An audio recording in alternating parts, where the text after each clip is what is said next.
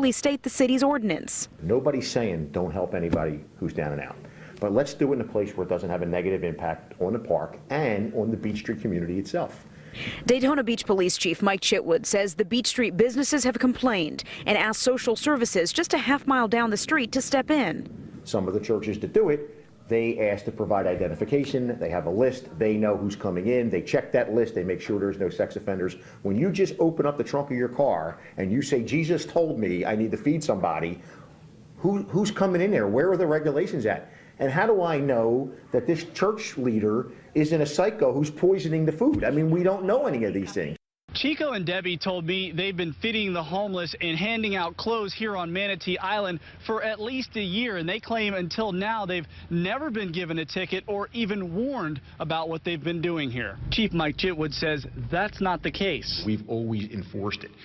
This got so big that it was posted on YouTube and everything. It was really brought to our attention that, hey, things are out of control on Manatee Island. And this was May of 2014, the Daytona Beach News Journal online. And as you can see, they have the police video where it says police halt feeding, homeless feeding.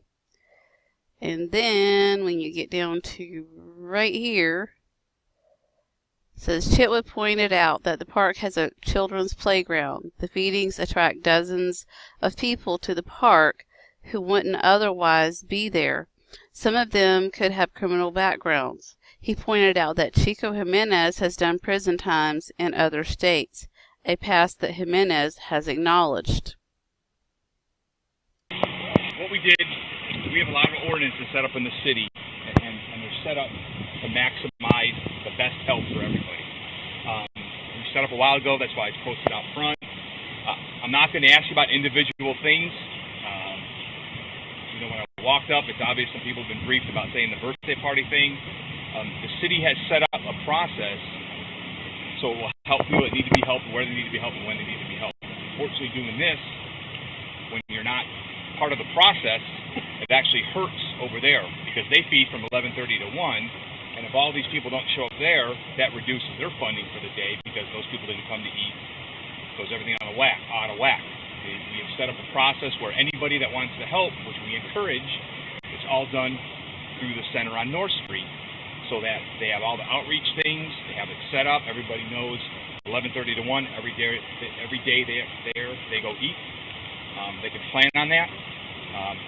It's posted when you come into the park that feedings aren't allowed. And in order to use any facilities, it's also posted that you have to have a permit for any use of the facilities.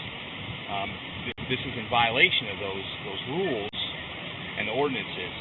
So what we're going to be doing is we're going to be giving you each, it's called a notice to appear.